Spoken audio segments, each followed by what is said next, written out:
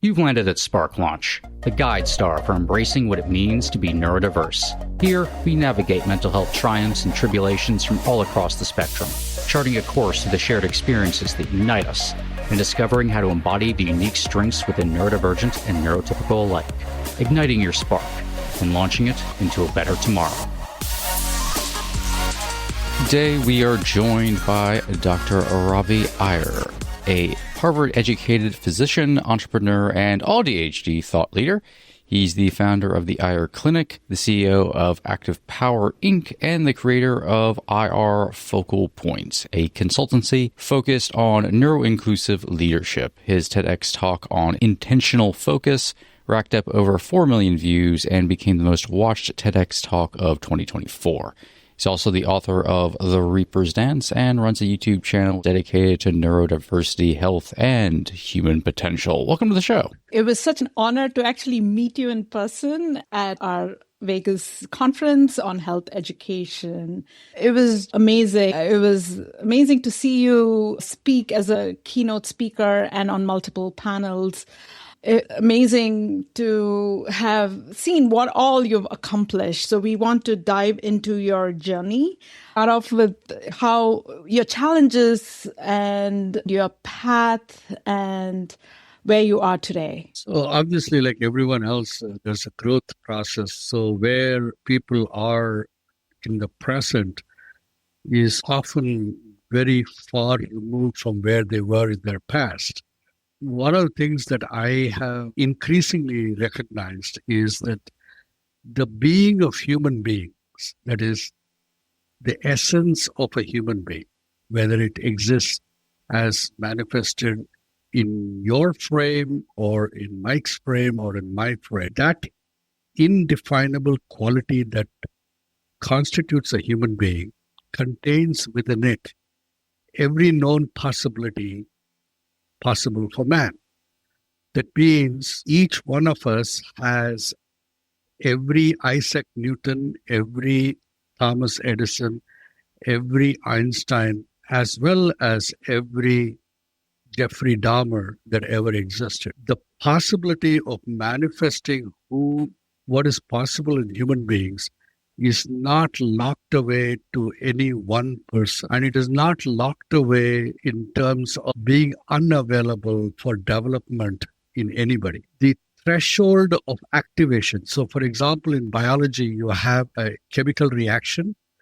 For a compound A to become compound B, the energetic barrier for conversion of that compound is like a bell curve. All right. An enzyme, what it does is it creates a tunnel through the mountain that represents the bell curve and lowers the energetic barrier such that A can be converted to B. So you can convert every molecule to any other molecule under conditions of sufficient heat and pressure. But to do it at normal temperatures and normal pressure, you need an enzyme to tunnel through that energy barrier. So like that, every human being, given sufficient resources, can climb over the top of the energy mountain barrier and accomplish whatever they want, or they can find ways to tunnel through the energy barrier and get to the other side. So once I discovered that the catalyst for tunneling through the energy barrier of accomplishment in my life to focus and to stray away from the mental noise of my life and be anchored to my attention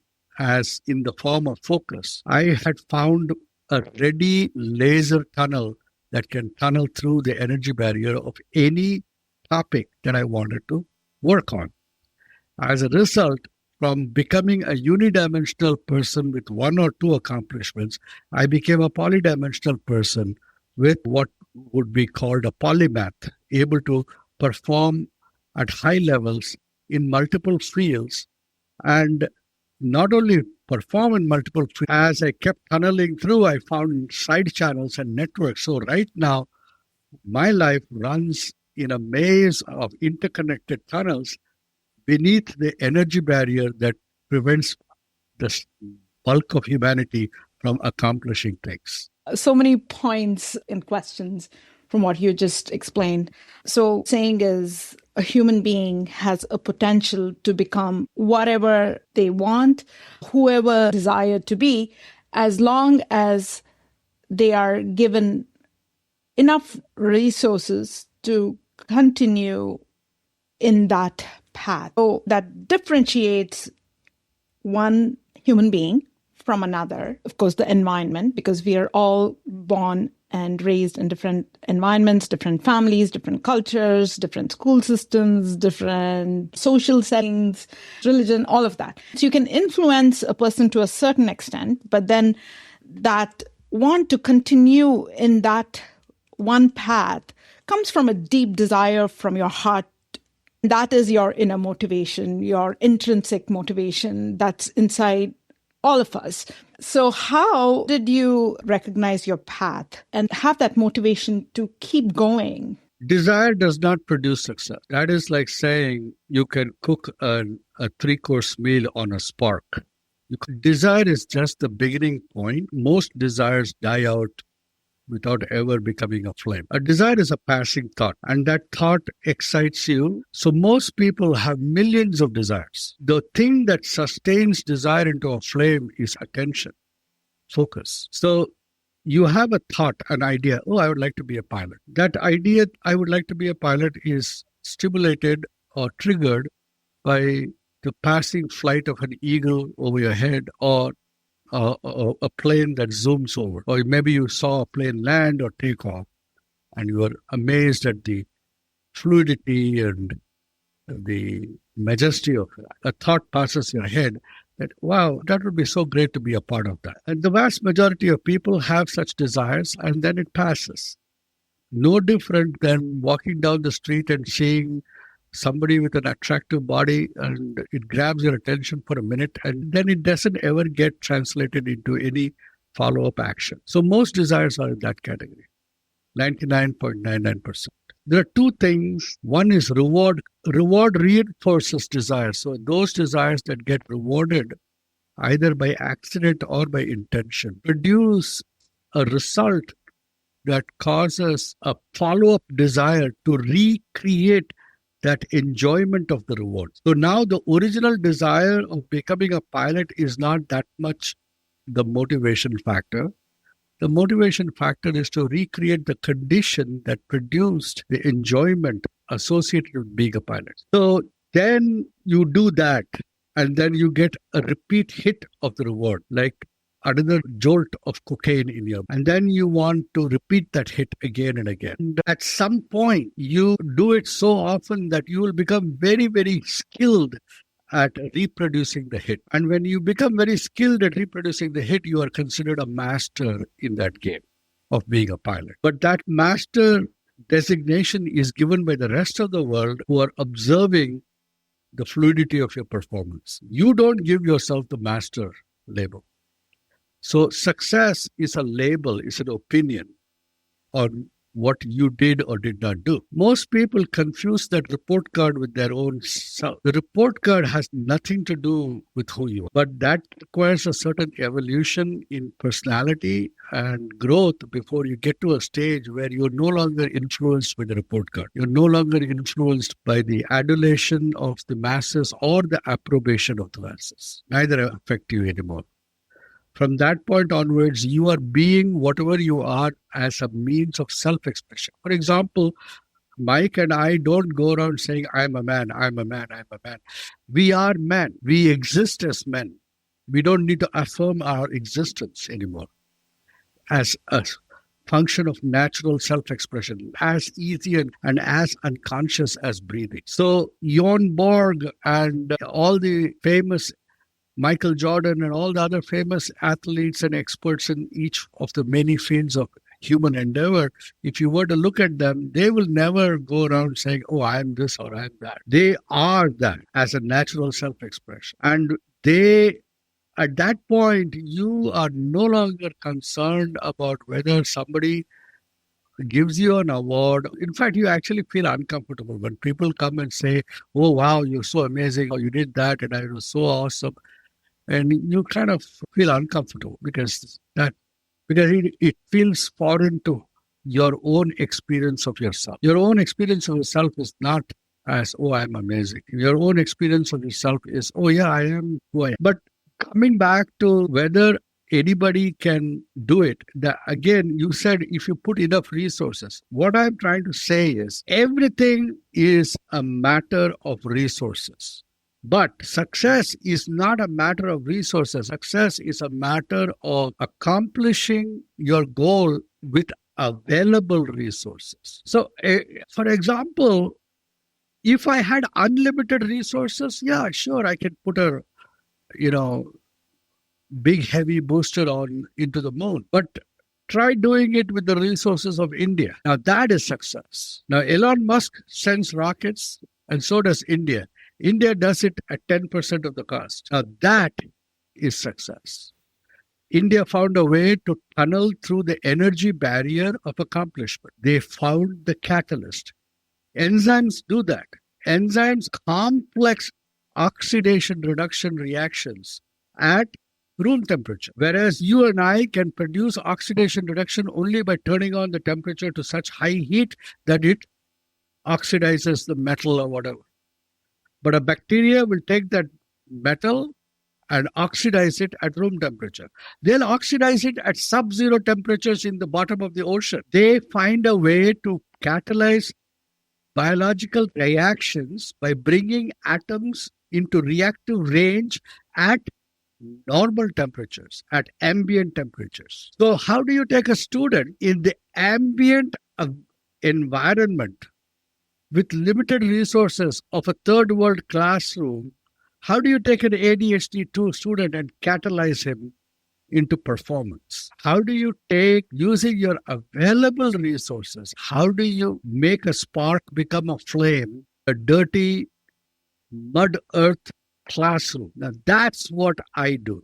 My life work is igniting minds at ambient temperatures under ordinary circumstances. How can I ignite somebody's mind while I'm walking on the sidewalk? That's what I do. That's my passion, because that's what I found for myself. And once I found for myself, I found I could do it anywhere, any place. Not only just able to ignite your own spark, but that of others. Once I found that I could ignite my own spark, then I found the enormous freedom and joy that comes from that.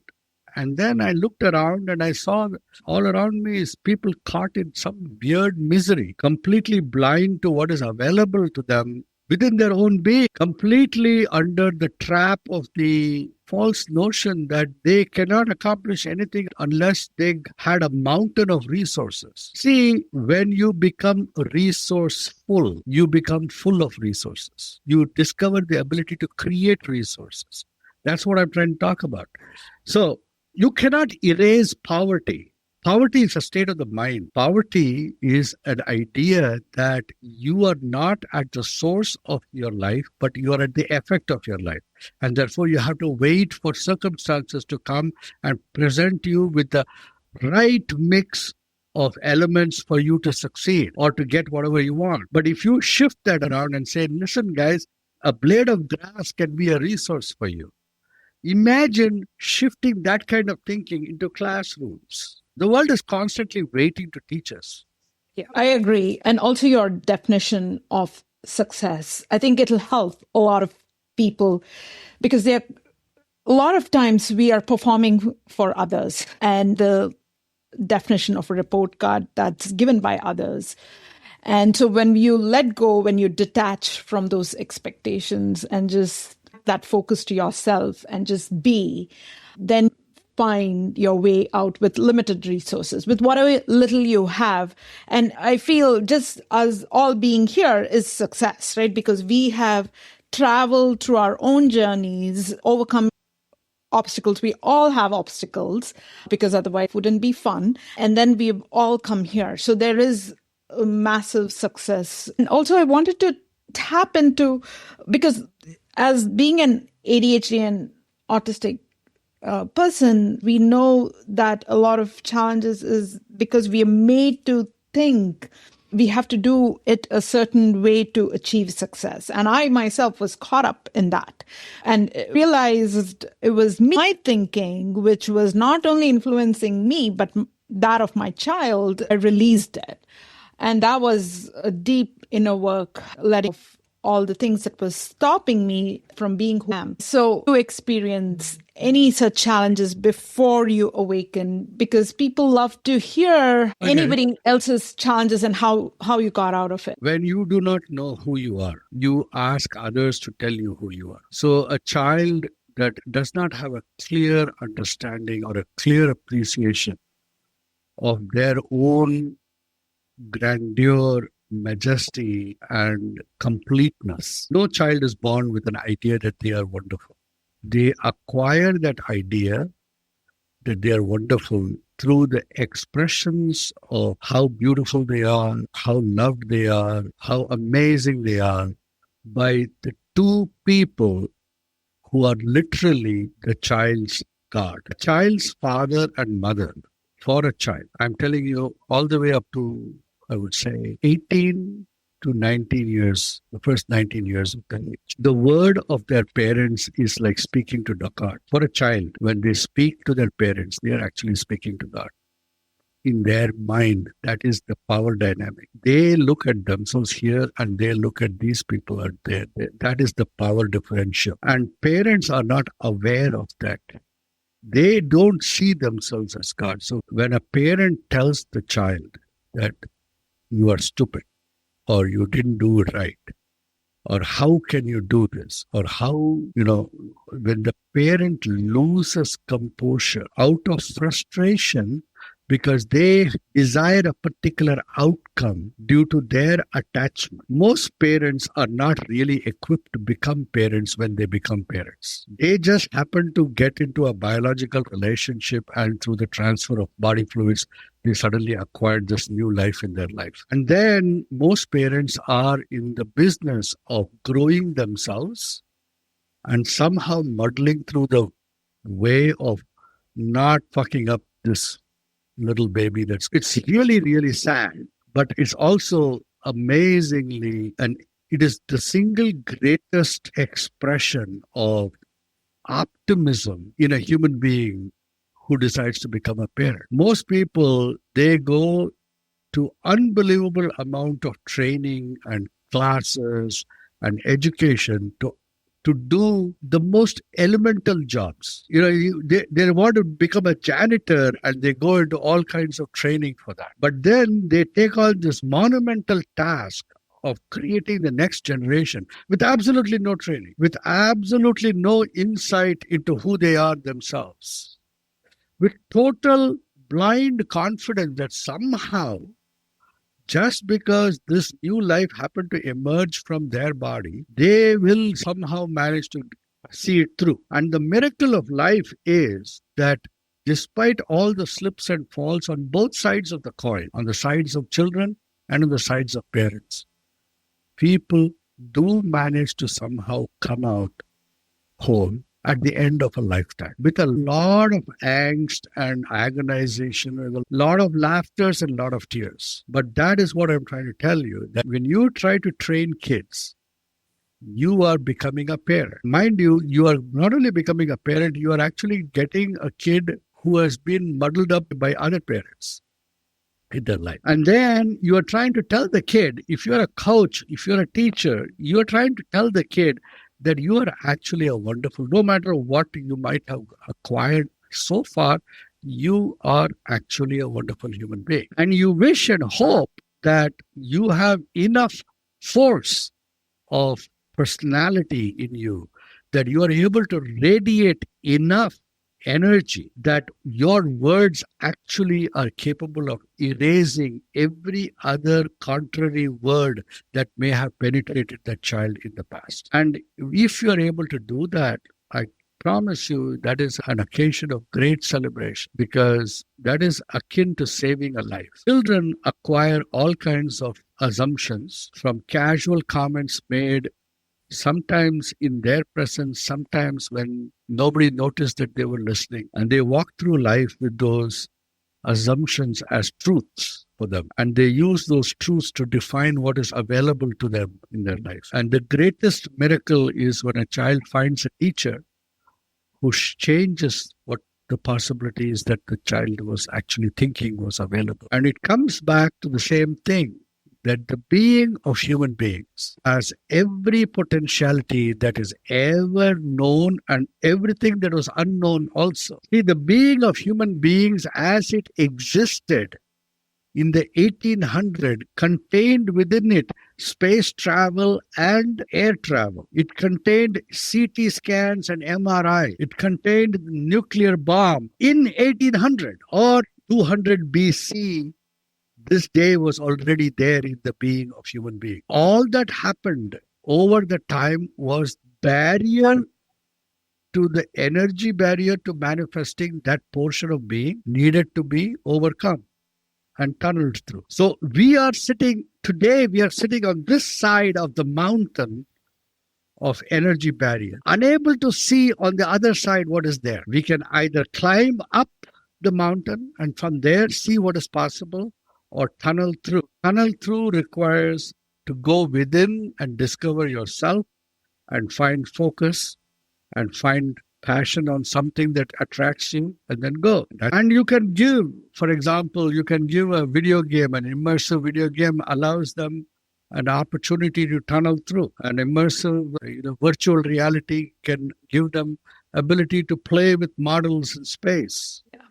And that's what we are creating. There's so much to kind of pull from there and pull out from. It's kind of like my brain a little bit. But one thing that also kind of, because you're talking a lot about what essentially is like available to you, the both inner and outer, but the internal resources are always going to trump, what is more or less external, because external, comes from things that are outside of your control. We see a lot of systems where resources are not particularly helpful for neurodivergent children in the classroom, which the resources aren't helpful to them at all. They're very binary systems that tend to leave them out. And it's really up to the internal resources to try to bridge the gaps that are there. No matter what your relationship with your parents are, from a biological point of view, you will always kind of see them as God in some way. I feel that very strongly, which is also why small things that parents or anyone in like a particular power structure says to you, particularly when you're a child, digs in so deeply, like claws.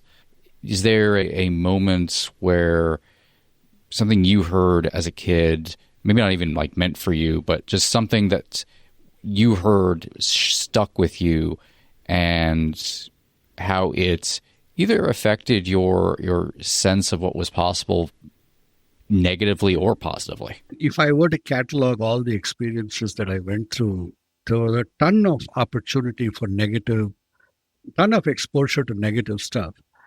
But reading a laundry list of all the negatives that I had to experience does not carry in it the salvation that I want to convey. Because where I am today, I see very clearly that those negatives were actually giving me very valuable contextual cues to serve where I am today. So I really cannot call it negative because it was an experience that was not comfortable. And people tend to somehow feel that uncomfortable experiences or statements that are uncomfortable is bad and should not be given.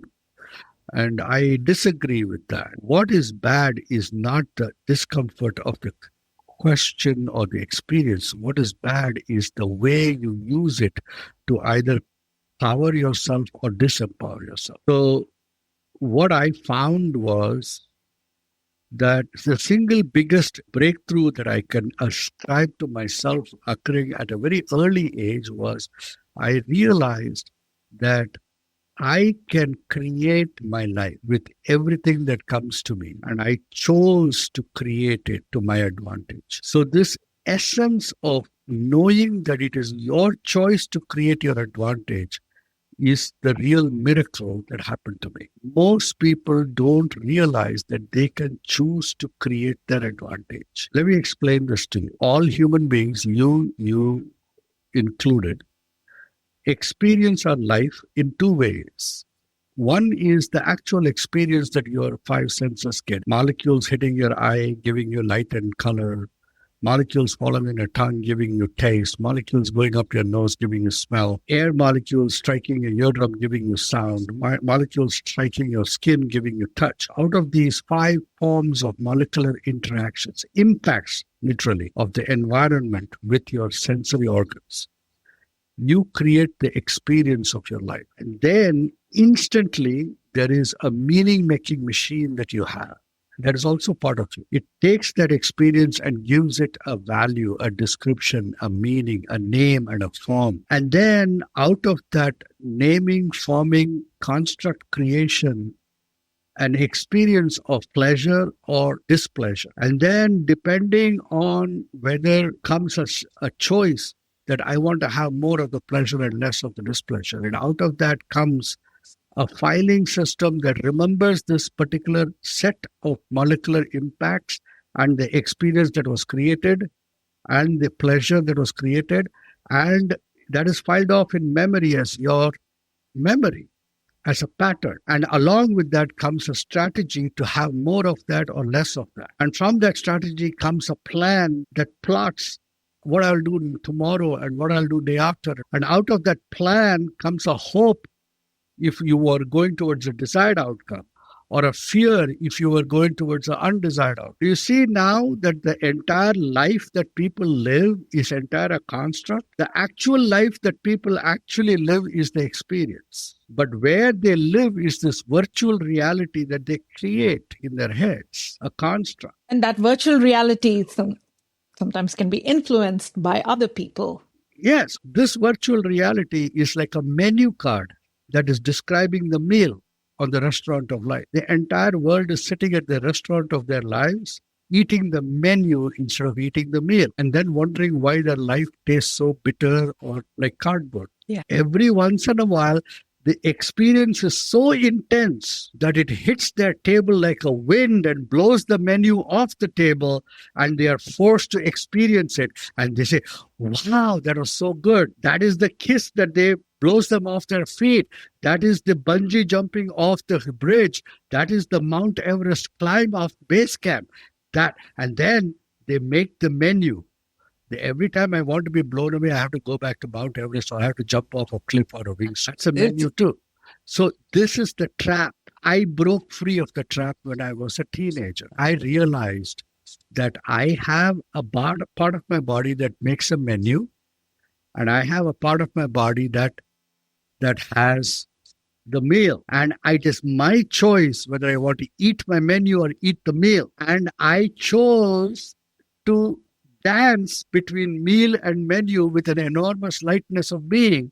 I recognize the menu and its use, but I don't make the menu use me. I use the menu.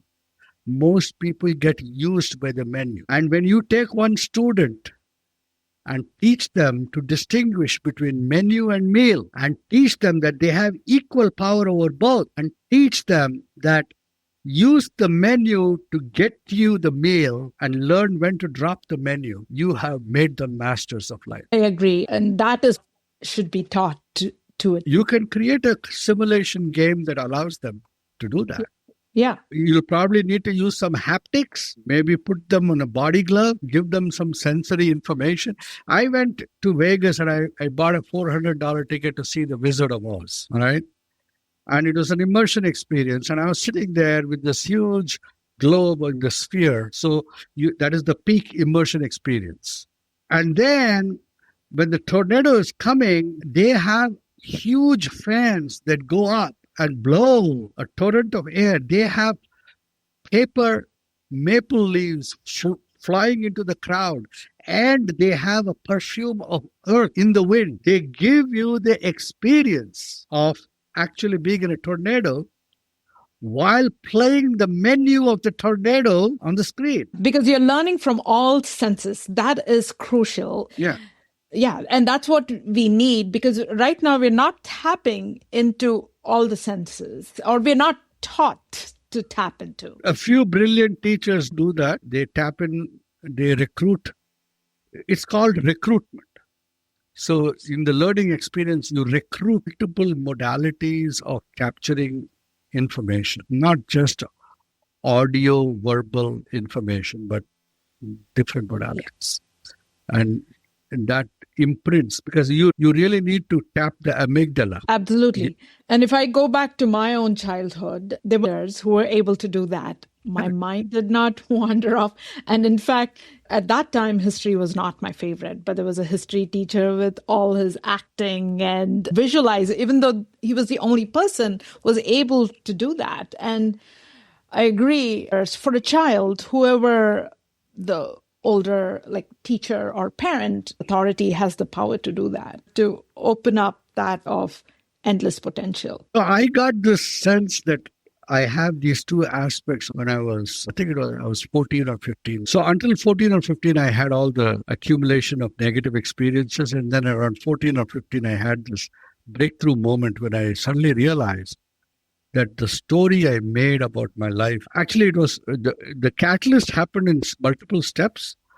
The first catalyst was my grandfather, and he came to visit us one day, and I was pretty popular in school. And then one day my three best friends, their dads got moved out of town. They found jobs in another city, and so overnight I lost my three best friends. And then there was a new teacher in class who was picking on me, and my life was miserable. So I was pretty upset with my life at that time. I was 14 years old. And when you're 14, everything is very real, very, very intense. So my grandfather visited me, and then we went after dinner. He said, "Hey, Ravi, I'm taking a walk. You want to give me some company?" I said, "Yeah, sure." And then, I was close to my grandpa. And so we had walked for some distance, and then he said, "What's bothering you?" I said, "Nothing, nothing." So, no. You've been very quiet today. You're not your usual self. Something is going on. But tell me. So then I poured out my complaints. I hate my school. I hate that I have no friends. This teacher is out to get me. I listened carefully. At the end of it, he said, "You finished?" I said, "Yeah. I want you to do me a favor. You see those stars up there? It was nighttime, so stars were all bright. It says, I want you to tell all your complaints to the stars, really loud." So I respected my grandma. I thought he was losing it. I really thought the old man was losing it. So, but anyway, I started telling it to the stars. And initially, I was kind of hesitant, but then I got more enthusiastic about it, and I'm belting out my litany of complaints to the heavens. And then I finished that, and then I look at him and say, "Now what?" So he says, "Finished?" Yeah. He says, "I want you to look at the stars and tell me what they are doing with your complaints." "What do you mean they're going to do?" "They're not going to do anything. They don't care. The universe doesn't care what happens to me." Do you realize the benign indifference that the universe has to your problems? I was stunned. It's just that. And he says, when the sun shines and when the rain falls, the sun is not shining to make the grass grow or the fruit ripen. And the sun is not shining to make drought and famine. And when the rain falls, the rain is not falling to water the lawn. Neither is it falling to create floods, death, and devastation. All that the sun is doing is shining, and all that the rain is doing is falling. It is you who make the story out of it. He said, when it is you who make the story, why do you make miserable stories? So that was my first break. I suddenly realized it was I who make the story. It didn't sink in immediately. It hit me hard then, and I stopped complaining about my life from that point onwards. Then the next thing I started realizing was I started learning how to control the conversations around me. So I started first learning that I can control the conversation inside me, the stories I create. But then I found that I can't really control the conversation outside me, because outside conversations sometimes can overwhelm my internal conversation. So then I recognized that, hey, I don't have to be in environments which I can't control. So I started moving away from people who were talking in ways that impacted my internal conversation. And that's when I found books. I found that I had a photographic memory, and then I started reading. But then I found that when I would sit in the house and read, there were always external conversations that would interrupt me. So then I would go to the library and I would read there. And sometimes I would not even sit down. I would stand next to the bookshelf and pull one book, and I would speed read through that, put it in and stand and pull the next book and speed read through that. And I kept going like that. And then I started finding that I could make lateral connections. A topic read in Greek mythology had connection to something in Roman something. And suddenly I started absorbing stuff from multiple sources. Later, when I went to medical school, I found that the teacher was teaching only to the lowest common denominator because he wanted to get everyone to pass. And I found it boring. So I stopped going to the lectures. I had somebody else punch in my attendance and I would just hang around and find out, hey, what did they teach today? And then I would go to the library and read it up.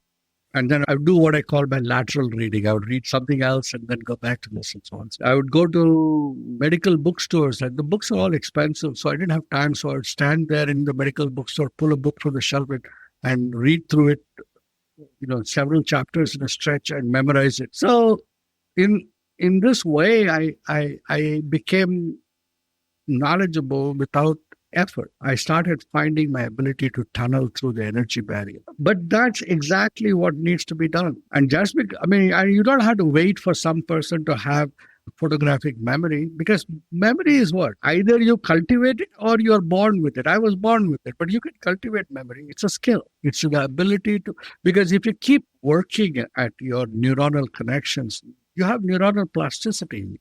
Your brains will rewire and you will acquire skills.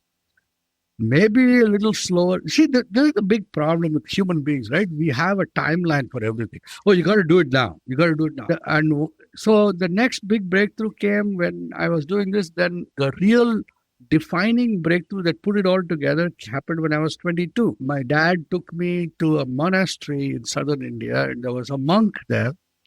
It was built around the tomb of a saint. So that monk had lived when the saint was alive. The saint had passed in 1950. This monk was now 90 years old or something like that. So he took us all around the monastery, showed us all the places, and, all the stories. So later, I still had some questions. So after everyone had passed, I kind of looked back to his cottage and I found him sitting there. It was almost as if he knew I was going to come back. He didn't say anything. He looked at me and raised his eyebrows like a question. Hey, what's up? So I said, all these things that people teach about divinity and leading a good life and all that, all these songs, these hymns that they teach and all that, is that going to take you to God? And I said, of course not. It'll make you a good singer and a good storyteller, but that's about it. And I said, why do people make us sing all these songs and all that if it's not going to take me where I want to go? And he said, the truth is a bitter medicine. And when a child is having fever, the medicine is bitter. To help the child, the mother mixes the medicine with honey so that the child will consume the medicine. And that's why we mix the truth, the medicine of truth with these songs. Then he looked at me and says, do you want to drink straight from the bottle? And I said, not really. But I just don't want to be confused anymore. So then he looked at me for a while, and it's very interesting because when he looked at me, he became silent. And when he became silent, my mind became silent. It was like he put a blanket over just by power of his person. And then he said, you see the statue of the saint in the monastery? Yeah. What do you see? So I said, the statue is there. It looks very lifelike, gripping me with its gaze. So he says, so you see the statue, but you don't see the stone, do you? So he says, when you see the statue, the stone disappears from your vision. When you see the stone, the statue disappears from your vision. At any given moment, you can only see one thing. So I said, what does that mean? Does that mean that both are not real? He says, not quite. Then he said, when you see the stone, you don't see the stone dust that makes the stone. When you see the stone dust, you don't see the stone. Then he said, when you see the stone dust, you don't see the atoms that make the stone. When you see the atoms, you don't see the stone dust. When you see the atoms, you don't see the space between the atoms. When you see the space, you don't see the atom. Then he said, when you see the space, you don't see the I are that you see the space. You are the I that sees all of this. And when he said that, in that instant, everything disappeared. I could not see my own hand. Everything was just white space. I stood there. I'm aware that he's there. I'm aware I'm here, but I can't see him anymore. It was a very weird experience. We stood there for about 45 minutes. I was sitting there. He was sitting there. And then he made a kind of movement, and then everything came back. And the trees, it dissolved into vision. The rocks, the birds, the monkeys, everything. And then he said, everything that you see and experience is a construct that you create and see. You are the space that contains all of this, including this body of mind that you see. Know yourself as pure space and play with these bodies as you wish. Then 1 week we were there. Every day I would go at the afternoon and spend time with him. Most of the times we would just be silent. One day he asked me, did you have a good bowel moment? So yeah, I had a good bowel moment. So after you had your bowel moment, were you concerned about, were you still interested in that bowel excrete? I said, of course not. I was wondering where the conversation was going. He said, yesterday you ate food and your digestive system converted that food into useful products for your body and also the excreta. All of that was automatic. You had no control over all of that.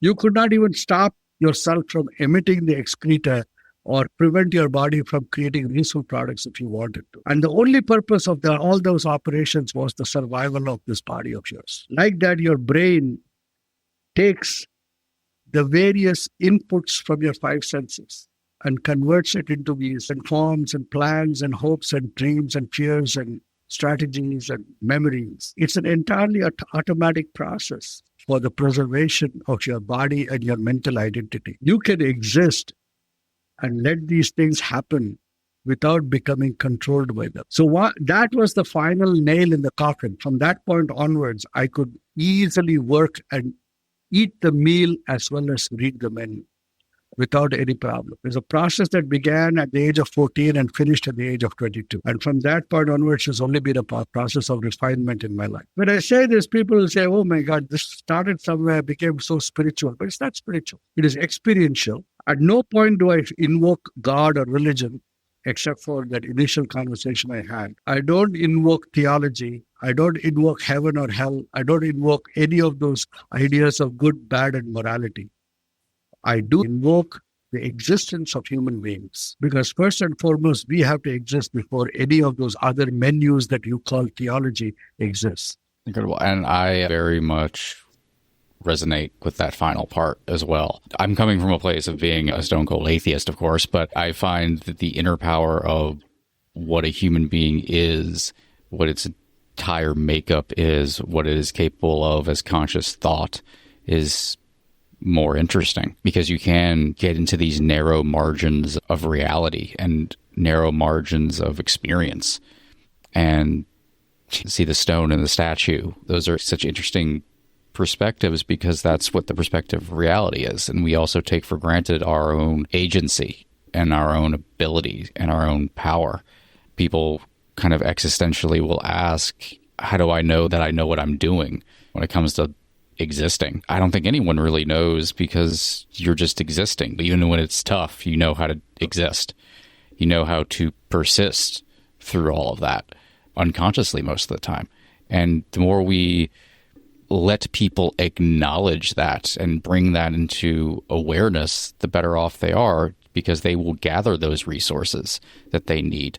They will master their own self-awareness and their own self-ability and power, instead of being kind of tossed out to the side. Saying that, I have much enjoyed this. I did just kind of been sitting back in awe. I've loved every word you've spoken, and I really appreciate you coming on and sharing so much of this with us.